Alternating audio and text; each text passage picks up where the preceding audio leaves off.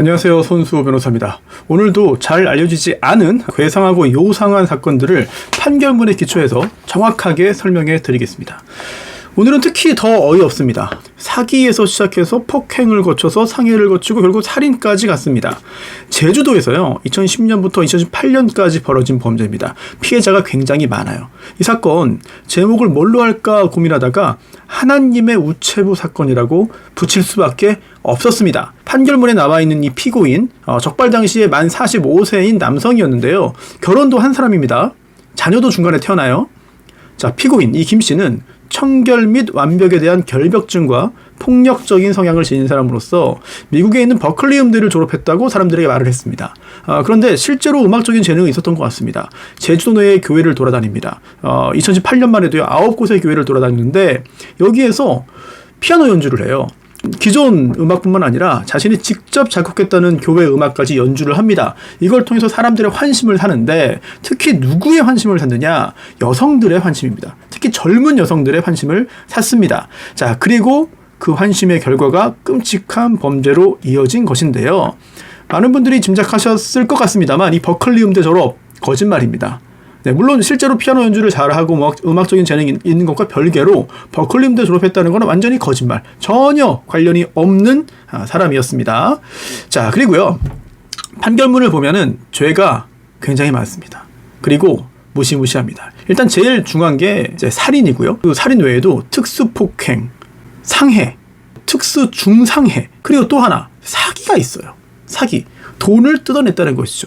자, 이 하나님의 우체부 사건, 이제 뭔가 이제 좀 감이 좀 올 것 같습니다. 도표를 보면서 이해를 해야 될 것 같습니다. 이 가해자 피고인 김 씨, 이제 살인범, 사기범이고요. 그리고 고교 동창생인 C가 나오고요.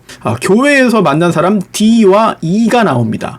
그리고 이 교회에서 만난 E가 소개해 준 게 당시 27살인 초등교사 F인데요. 그럼 도대체 피해자 C, D, E, F 4명 다 피해자거든요. 도대체 누가 어떤 피해를 받았느냐.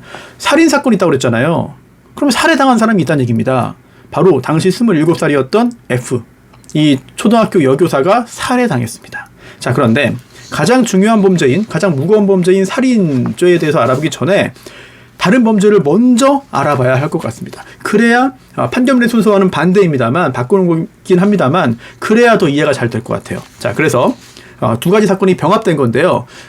살인사건이 드러나서 수사를 받았고요. 그리고 그 수사 과정에서 다른 피해자들의 피해 사례들이 다 드러났습니다. 그리고 사기까지 드러난 겁니다. 두 사건이 병합돼서 판결이 나왔습니다.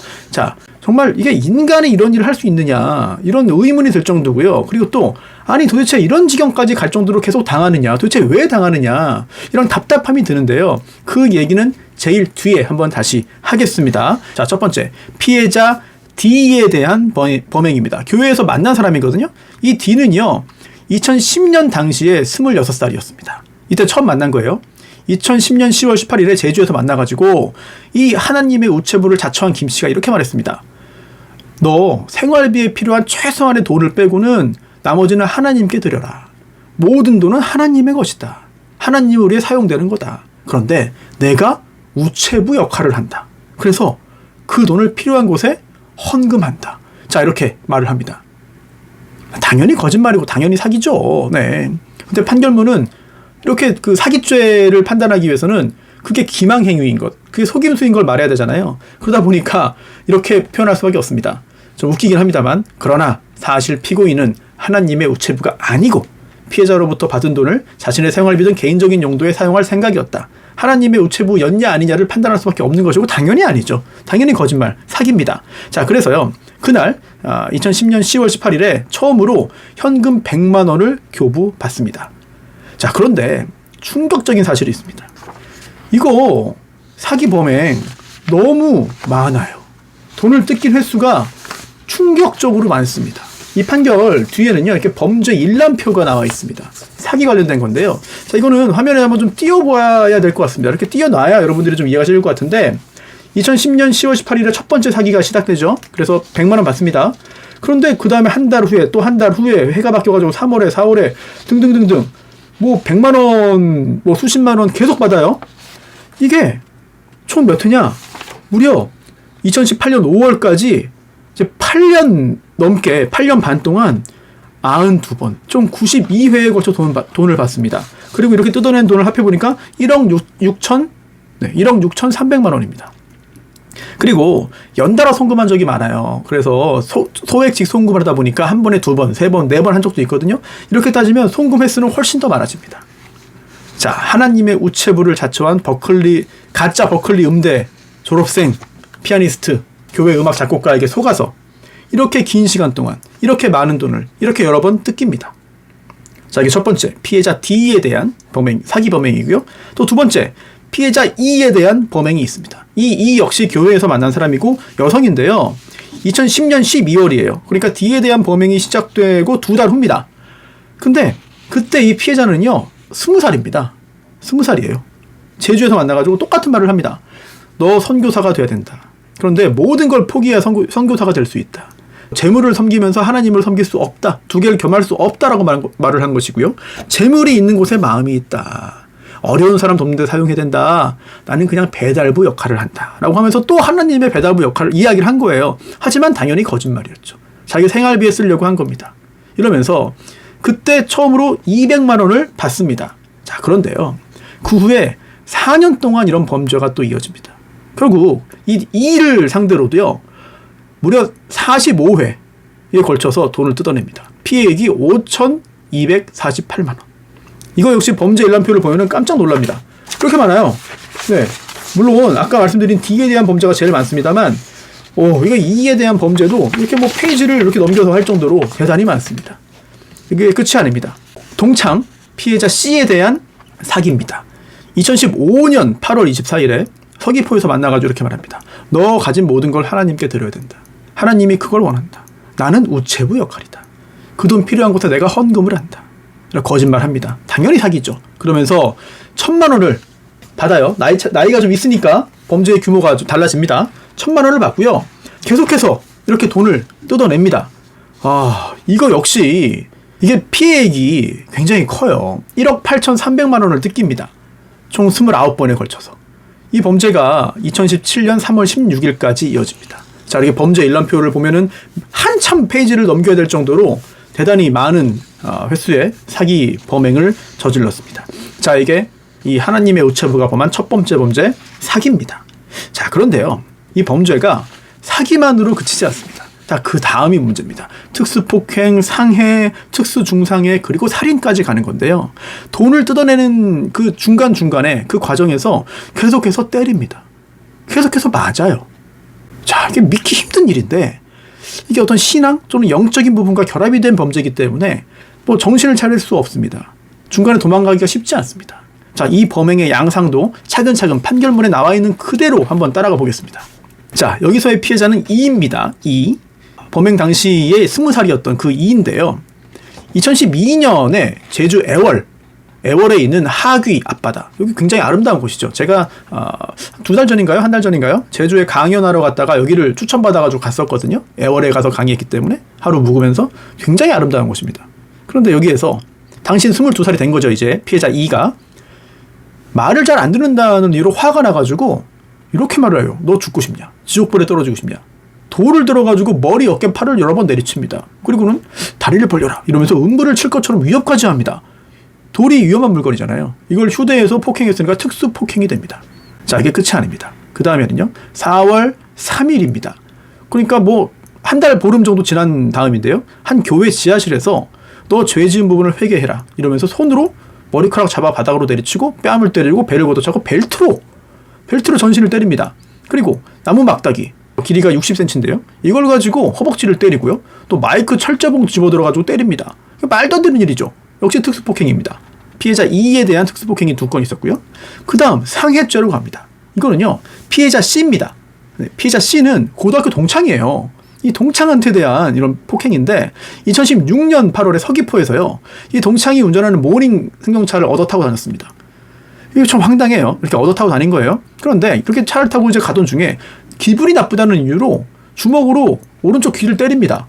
그 다음 그 얼마 후에 역시 모닝 승용차를 얻어 타고 가다가 역시 기분이 나쁘다는 이유로 가슴을 발로 차고 발 뒤꿈치로 가슴 허벅지를 내리 찍어서 늑골골절에 이르게 합니다. 자, 그 다음 2017년 6월입니다. 자, 이때는요, 자기 집 앞에서 집에 불러가지고 뭐 일도 시키고 했어요. 좀 이따 다 나옵니다, 이거. 이 자기 집 앞에서 내 기분 좋지 않다는 이유만으로 이 고등학교 동창 C 바닥 멱살 잡아가지고 바닥에 넘어뜨리고 이때는 또 코뼈가 부러지게 만듭니다. 전치 3주. 그 다음 9월 15일 한 3개월쯤 후죠. 자, 이때는요, 역시 또 기분이 나쁘다는 이유로, 이게 말이 안 되잖아요. 날카롭고 뾰족한 물건을 집어들어가지고 이마에 휘두릅니다. 그래서 이마 열상, 자, 이렇게 상해죄를 가합니다, 동창에게. 자, 그리고 교회에서 만난 또 다른 피해자 D가 있었잖아요, 아까. 네, 범행 당시에 34살입니다. 2018년 5월에 서귀포에 있는 그 집인데 자기 집도 아니에요. C의 집입니다. C의 집.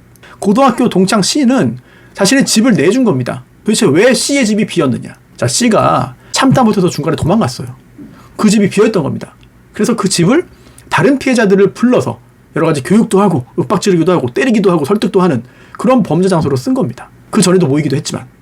아무튼 좀 전에 그 모닝에서 폭행당한 그 되게 동창입니다. C. 그 동창의 집으로 불러가지고 당시 34세였던 피해자 D, 교회에서 만난 D죠. 말 안 듣는다고 화가 나가지고 야구방망이로 이게 부러질 때까지 온몸을 때립니다. 전치 8주. 이거 기흉이라는 게 선천적인 경우도 있고 그렇습니다만 이제 외상성 기흉이죠. 밖에서 맞아가지고 폐에 구멍이 뚫린 겁니다. 특수 중상해죄를 범합니다. 왜냐하면 단순히 상해를 넘어가지고요, 특수 상해를 넘어가지고 생명에 대한 위험을 발생하는 겁니다. 이러면 중상해가 되는 거죠. 자, 이렇게 본인의 폭력성을 마구 드러냅니다. 교회 음악 전문가, 작곡가를 자처하면서 환심을 산 다음에 돈을 굉장히 긴 시간 동안 뜯어내면서 이렇게 때리기까지 합니다. 상식적으로 납득이 되지 않는 그런 범죄들이죠. 자, 이제 가장 중요한 범죄인 살인으로 가겠습니다. 자, 살인죄의 피해자는요, 아까 나오지 않은 또 다른 피해자 F입니다. 당시 27살 초등학교 여교사인데요. E로부터 소개를 받은 겁니다. 역시 초등학교 교사들. 네, D, E, F가. 처음에 어떻게 이 사람들이 다 현혹되게 되느냐. 상담을 빙자해서 이렇게 절대적으로 충성하게 만든 겁니다. 세뇌를 한 겁니다. 그래서 주종관계를 유지하게 만들거든요. 이거는 잠시 후에 양형 관련된 부분들에서 더 자세하게 나오는데요. 이렇게 해서 하인처럼 부립니다. 청소, 설거지, 애돌보기, 집안일을 시켜요. 애돌보기? 애가 누구 애지? 와이프가 있습니다. 처가 있어요. 처 사이에서 애가 태어난 거예요. 그래서 그 애 돌보기까지 이 사람들에게 시킵니다. 그리고 헌금 명목으로 돈을 받고 상습적으로 때리고 말도 안 되는 일이 벌어진 거죠. 하지만 실제로 있었던 일입니다. 굉장히 긴 시간 동안 벌어졌던 일이고요. 새로운 피해자를 계속 물색했습니다. 2018년에 말해도 9곳의 교회를 돌았거든요.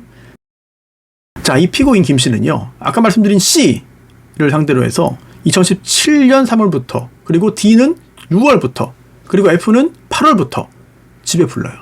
청소, 설거지, 애돌보기, 집안일을 시킵니다. 그런데 맞다 못해서 C가 2017년 12월에 갑자기 잠적을 합니다. D는 2018년 5월 31일에 갑자기 잠적을 합니다. 그리고 F도 시키는 대로 안 합니다. 그러자 김씨 피고인은요, 분노와 배신감이 점점 커지는 거예요. 도망간 C와 D, 잘 말 안 듣는 이제 좀 연락 끊으려고 하는 F, 불만이 커집니다. 자, 그래서 계속 연락을 합니다. 그날 2018년 6월 2일 자정 무렵부터요, 129차례의 카톡을 보내고요, 보이스톡을 총 15회 시도합니다. 그런데 연락이 잘 안 돼요. 이거 뭐 어마어마하게 이렇게 보냈잖아요. 네. 근데 연결이 잘 안 됐습니다. 그러다가 한참 보내다가 나중에 한번 받으니까 연락이 된 거예요. 그러니까 너 와라. 집으로 와라. 집은 누구냐? 아까 말씀드렸죠? 도망간 C의 집입니다. 그 C의 집으로 와라. 라고 해요. 그래서 그 집에 먼저 들어가 있었습니다. 열쇠는 그 우편함에 보관되어 있었으니까. 그리고 그 후에 F도 왔습니다. 그런데 너 나를 깔보면서 지금 천천히 온 거냐? 이러면서 살해하기로 마음먹었습니다. 오전 10시 35분에 이제 피해자가 들어왔는데 11시 11분까지 손으로 뭐 얼굴, 몸통, 목, 속에 때리고요. 방바닥에 넘어진 피해자의 배를 힘껏 밟습니다. 그래서 췌장 파열. 그리고 췌장이 파열되면서 복강에 이제 배에 피가 엄청나게 많이 쏟아져 나온 거죠. 네, 찬 겁니다. 네, 그래서 사망하게 됐다. 이렇게 살인죄를 범했는데 이 살인의 수법 대단히 잔인합니다. 이거 역시 잠시 후부터 판결문에 자세히 나오게 됩니다. 자, 이렇게 이런 부분들 다 인정이 됐습니다. 중요한 거는 사실 형량이겠죠. 형량. 징역 30년이 나왔습니다. 자, 그러면 도대체 어떻게 해가지고 이렇게 징역 30년이 나왔느냐, 이 부분도 확인해 봐야 되는데요. 그렇게 하기 위해서 먼저 이 피고인 김씨 도대체 뭐라고 했을까? 다 인정하고 반성합니다. 제가 죽을 죄를 졌습니다. 제가 피해자들한테 배상하겠습니다. 용서해 주십시오. 라고 했느냐? 그럴 리가 없겠죠. 그럼 도대체 뭐라고 했을까요? 첫 번째, 종교적인 멘토와 멘티 관계였지. 내가 그거 말 안 들어가지고 그냥 배 두 번 밟았을 뿐이다. 살인의 고의 없었다. 첫 번째 주장. 이게 말이 되나요? 네. 두 번째, 심신미약 상태였다. 이게 말이 되나요?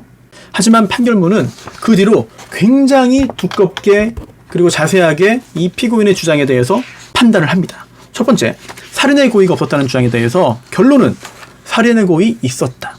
살인죄 인정됩니다. 그래서 징역 30년형이 나온 건데, 이 살인의 고의가 어떻게 인정되었느냐, 이 부분을 판단하기 위해 있어서 상당히 다양한 요소들을 다 이제 살펴봤거든요. 이 부분, 이 사건의 여러 가지 내막을 알게 하는 굉장히 중요한 자료들입니다. 하나씩 설명해 드리겠습니다. 첫 번째, 도대체 이 가해자 김씨와 피해자 F는 어떤 관계냐? 이 피해자의 당시 상황부터 알아봐야 됩니다. 이 피해자는요, 굉장히 심리적으로 좀 약해지는 상황에서 이 피고인 김씨에게 완전히 속아 넘어갔습니다. 완전히 그냥 끌려 들어간 거죠.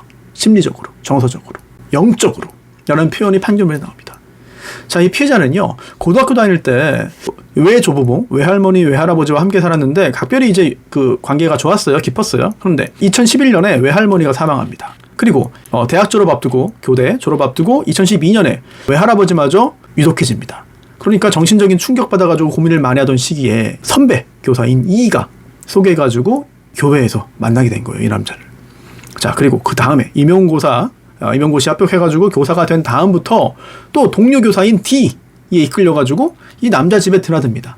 그러면서 그동안은 C와 D가 이 선생님 둘이 했잖아요. 나눠서 뭐 육아, 청소, 빨래, 심부름, 이걸 F까지 하게 된 겁니다. 같이. 자, 그래서요, 이 초등학교 교사로 근무하면서 퇴근 후에는 서귀포에 있는 이 남자 집에 가가지고 애 돌보고 자정 무렵에 집에 돌아와요. 어느 부모가 좋아하겠습니까? 부모와 갈등이 깊어졌습니다. 자, 그런 다음에 2018년 3월에는요, 서귀포에 있는 이 남자 집 근처의 초등학교로 갑니다. 전보돼요. 그 다음에 이 남자가 이제 알려준 거죠. 야, C가 도망갔어. 그러니까 그 C 집이 비어있어. 여기 가까워. 너 여기서 살아. 여기 있어. 라고 시킵니다. 그 집이나 또는 그 집이 아닐 때는 이 남자의 자동차에서 잠을 잡니다. 시킨 대로 하는 거예요. 그냥 거부할 수가 없어요. 거절할 수가 없어요. 시킨 대로 그냥 하는 겁니다. 그리고 우울증을 이유로 학교를 휴학했거든요. 그 다음에는 시키는 일 하면서 그냥 몸종처럼 산 겁니다. 이 김 씨는요, 어떤 개인적인 사정에 의해서 또는 종교적인 사정에 의해서 고민이 많은, 걱정이 많은, 스트레스가 많은 이런 사람들에게 접근을 해요. 상담해 주겠다고 접근한 다음에 공감하고 슬퍼하는 모습을 보인 다음에 신뢰를 얻습니다. 하지만 그 다음에 돌변하는 거죠.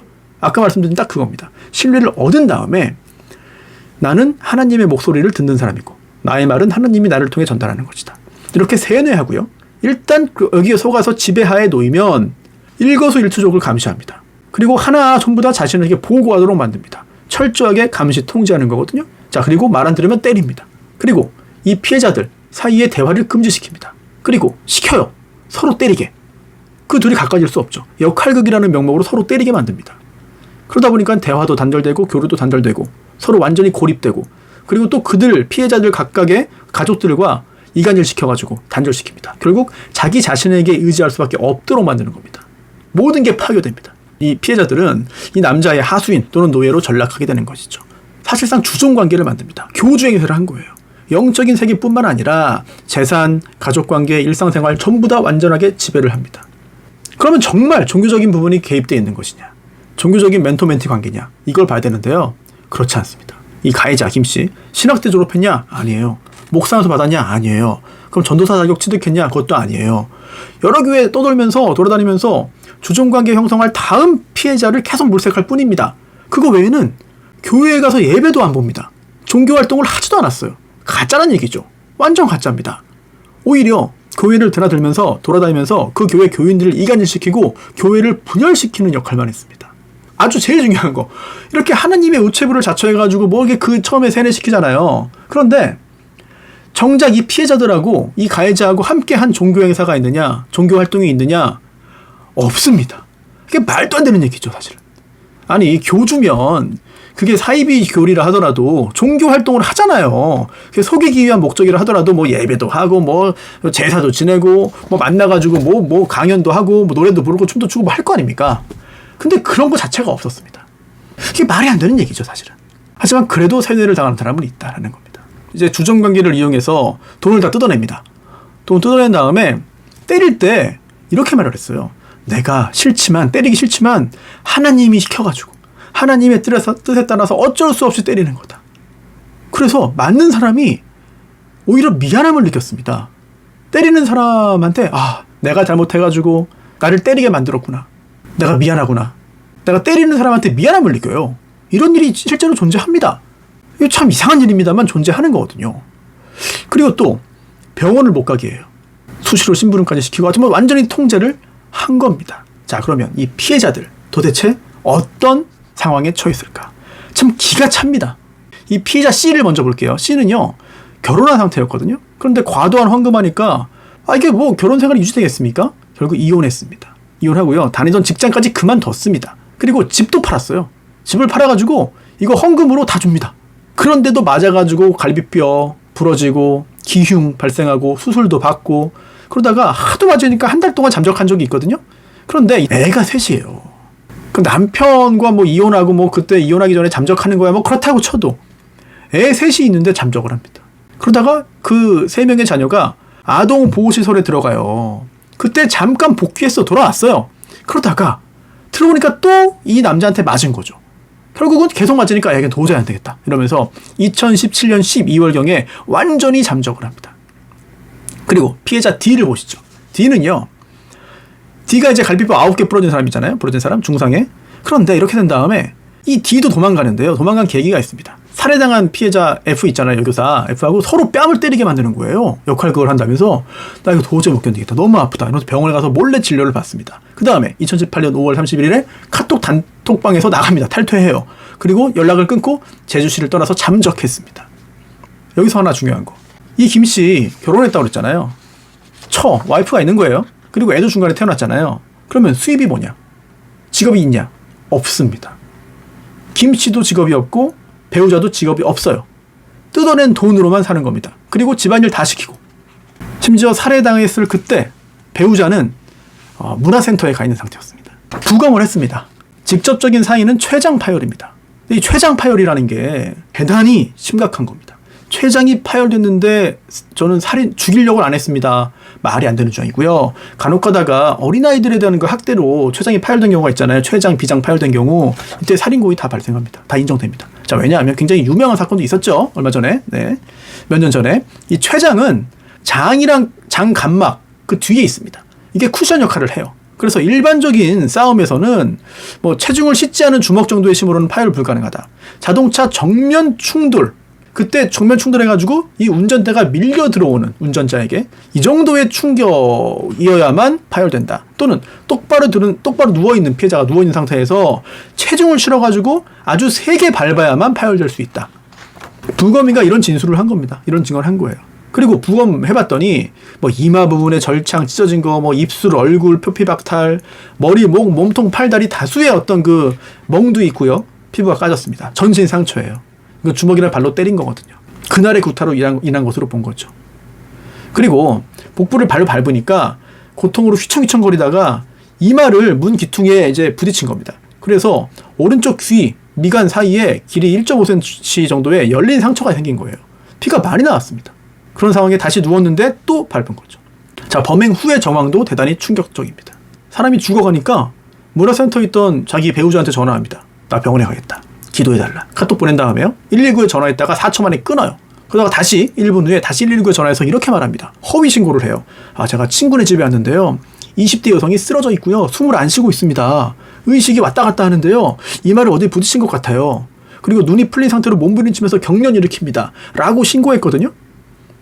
자, 자기 배우자한테 카톡 보낸 다음에 119 신고했고요. 그리고 실제 다친 경위나 현재 상태를 말하지도 않았습니다. 허위 신고했습니다. 구급차 출동하긴 했는데 간질 발작으로 오해했어요. 그래서 심장 제세동기 구급차에 놓고 왔습니다. 상태 보고 다시 갖고 이제 와서 했는데 결국은 사망하고 말았죠.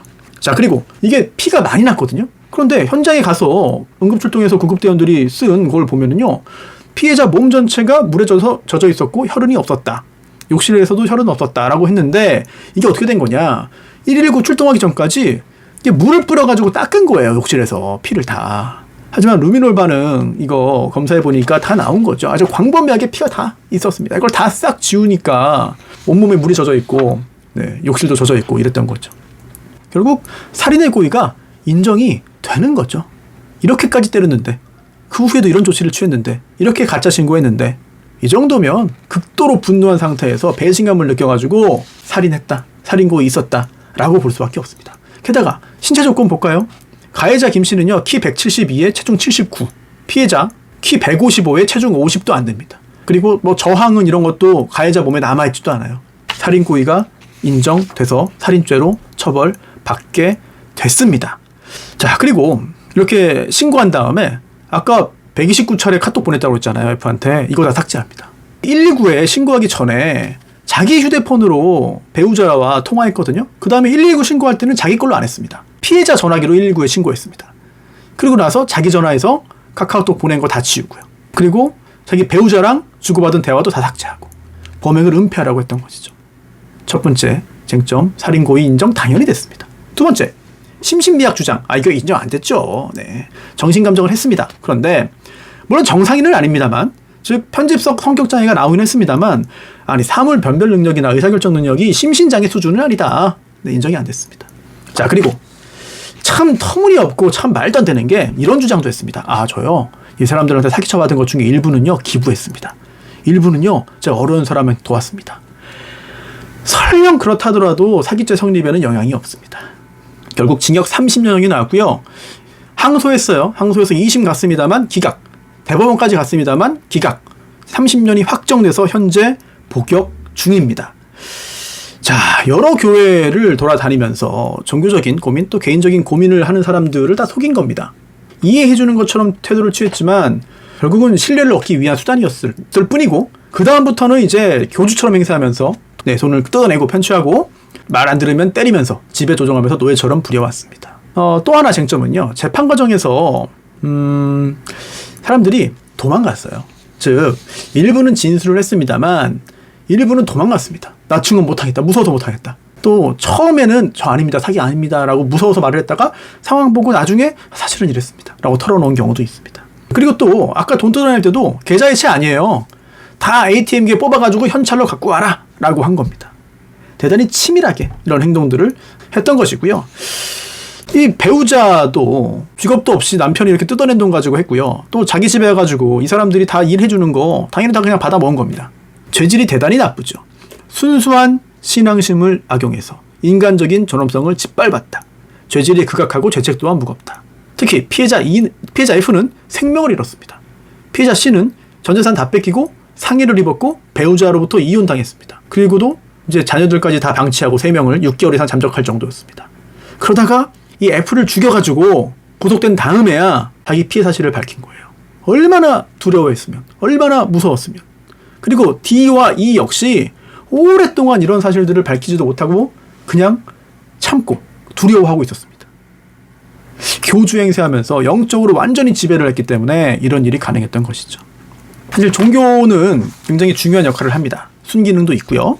종교를 뭐 나쁘다고 하는 게 아닙니다. 다만 종교인도 아니면서 종교를 악용하는, 종교를 들먹이면서 이제 이용하는 그런 교주 행세하는 사람들이 문제인 겁니다. 특히 심리적으로 약한 경우에 왜 속을 수가 있어요. 그리고 이렇게 약한 사람들이 있어요. 그래서 왜 속냐, 어떻게 속았냐, 난 못 믿겠다, 이게 말이 되냐, 속은 사람 잘못이다, 이렇게 하시면 안 됩니다. 가해자를 욕해야지 피해자를 욕하면 안 되는 거거든요. 현실을 알아야 우리가 대처할 수 있다라는 측면에서요, 오늘도 잘 알려지지 않은 제주도 버클리 음대 사칭한 하나님의 우체부 사건 함께 알아봤습니다.